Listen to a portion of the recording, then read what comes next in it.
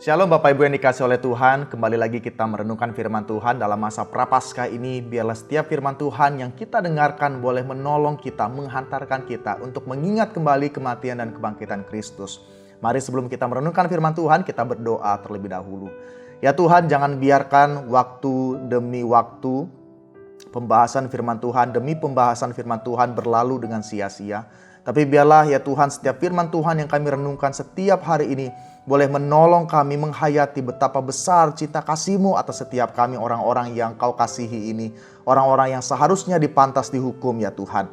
Dan biarlah Tuhan melalui kesempatan ini ada satu pemahaman yang baru. Ada satu kesadaran yang kembali mengingatkan kami betapa Engkau Allah yang begitu mengasihi setiap kami. Berbicaralah kepada setiap kami ya Tuhan, karena kami siap untuk mendengar. Hanya dalam nama Tuhan kami Yesus Kristus, penebus kami yang hidup, kami berdoa dan mengucap syukur. Amin.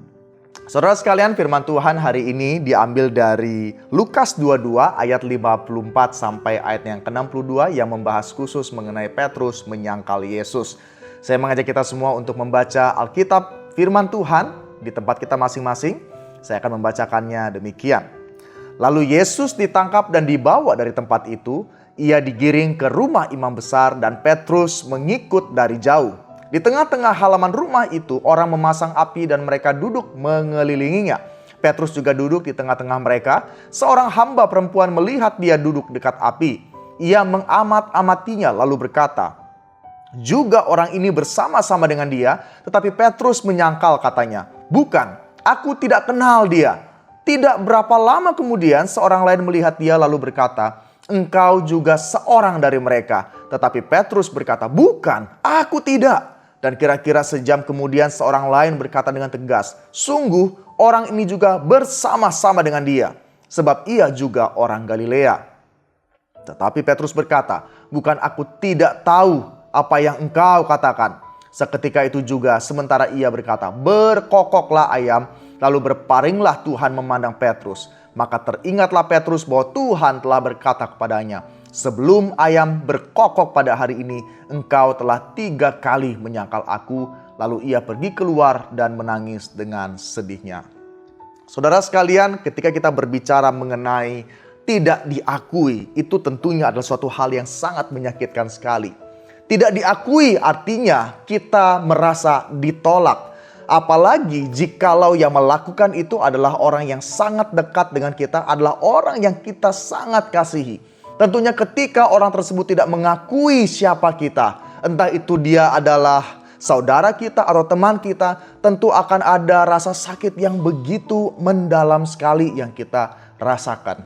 Saudara, sekarang dari firman Tuhan yang kita renungkan tadi, kita melihat bahwa Yesus tidak diakui oleh Petrus. Saudara sekalian, kalau kita melihat, Petrus adalah orang yang dekat dengan Yesus. Dia termasuk dari salah satu murid yang lainnya yang begitu dekat dengan Yesus. Dalam perjalanan Tuhan Yesus melayani, Petrus hampir dapat dikatakan selalu bersama-sama dengan Yesus. Dengan kata lain, kita dapat melihat bahwa bonding antara Petrus dengan Tuhan Yesus sesungguhnya adalah sesuatu hal yang begitu akrab dan dekat.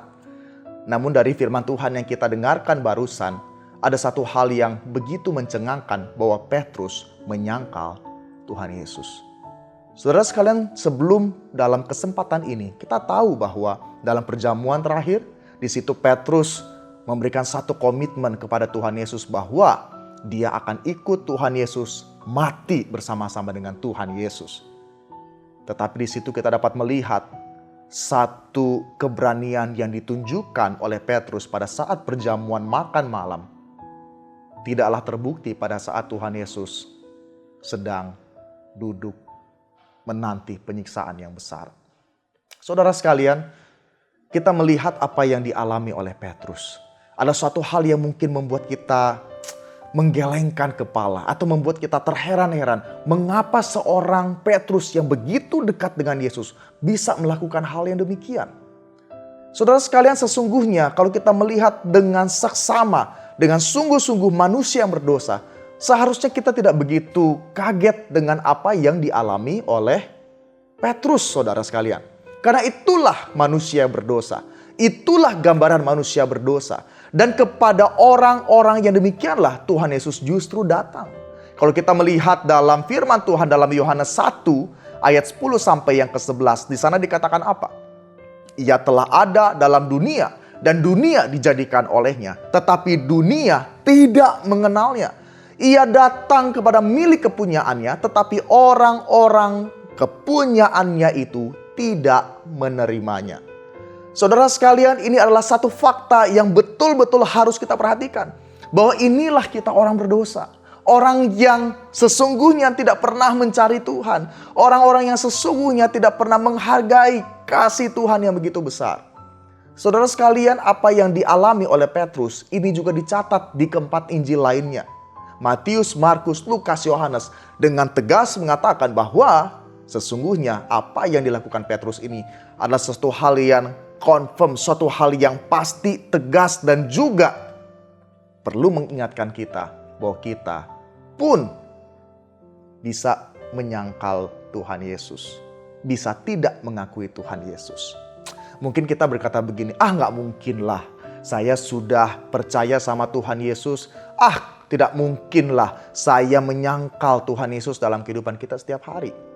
Saudara, mungkin kita tidak seperti Petrus yang mengatakan bahwa apakah kamu kenal Tuhan Yesus? Apakah kamu kenal Tuhan Yesus? Apakah kamu adalah percaya kepada Yesus Kristus yang juru selamat itu yang orang Kristen percayai?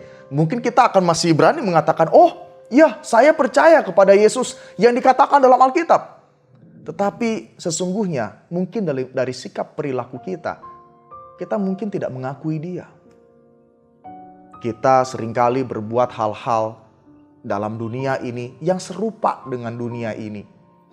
Yang sungguh-sungguh tidak mencerminkan siapa kita di hadapan Tuhan. Siapa kita, identitas kita sebagai anak-anak Tuhan. Mungkin di saat kita sebagai anggota keluarga, seringkali kita hanya mengakui identitas kita sebagai anak Tuhan. Itu pada saat di gereja. Tapi saat kita bekerja, mungkin kita mengikuti cara-cara dunia. Mungkin di saat kita di tengah-tengah keluarga kita seringkali melupakan siapa kita dengan berharap bahwa keluarga kita mengakui kita adalah orang yang terdekat. Satu hal yang wajar di dalam kelemahan kita mungkin menyakiti mereka. Saudara sekalian, kalau kita sungguh-sungguh mengakui Kristus sebagai Tuhan dan Juru Selamat kita, sudah seharusnya kita pun berusaha untuk mengakui Dia dalam segala tingkah laku kita. Tidak hanya saja melalui perkataan, tetapi melalui tingkah laku kita. Apakah kita sungguh-sungguh mau menjadi saksi Kristus yang mengakui Dia dimanapun kita berada. Saudara sekalian, dalam Matius 10 ayat 32 sampai 33, Tuhan Yesus pun berkata demikian. Setiap orang yang mengakui aku di depan manusia, aku juga akan mengakuinya di depan Bapakku yang di sorga. Tapi barang siapa menyangkal aku di depan manusia, aku juga akan menyangkalnya di depan Bapakku yang di sorga. Ini adalah satu perkataan yang benar-benar tegas, Bapak Ibu. Ketika kita sungguh-sungguh mengakui Yesus Kristus Tuhan dan Juru Selamat kita, tunjukkanlah itu dalam sikap perilaku kita, tingkah laku kita. Jangan sampai kehidupan kita yang seharusnya menjadi jawaban dalam dunia ini, di mana Kristus boleh dinyatakan, tetapi justru menjadi pertanyaan bagi dunia ini. Saudara sekalian, baiklah dalam masa Prapaskah ini, kita kembali diingatkan melalui kisah Petrus, kita mengakui Tuhan dalam kehidupan kita, mengakui Dia dalam tingkah laku kita, agar kita dapat menjadi anak-anaknya yang menjadi saksi, di mana dalam kehidupan kita, Kristus sungguh-sungguh dilihat dan dinyatakan. Mari kita tundukkan kepala, kita berdoa. Bapa di sorga, biarlah dalam kehidupan ini tidak hanya sekedar dari pemikiran kami atau kata-kata kami mengatakan, kami mengakui Engkau ya Tuhan. Tapi biarlah melalui tingkah laku kami boleh sungguh-sungguh mencerminkan Kristus Sang Juru Selamat itu mengasihi kami. Sehingga ketika kami dimanapun kami berada, kami dapat menjadi saksi-saksi-Mu. Kami dapat mengakui Engkau dalam setiap kehidupan kami. Kami rindu ya Tuhan, dalam kehidupan ini kami menjadi anak-anak-Mu yang sungguh-sungguh menyatakan Engkau.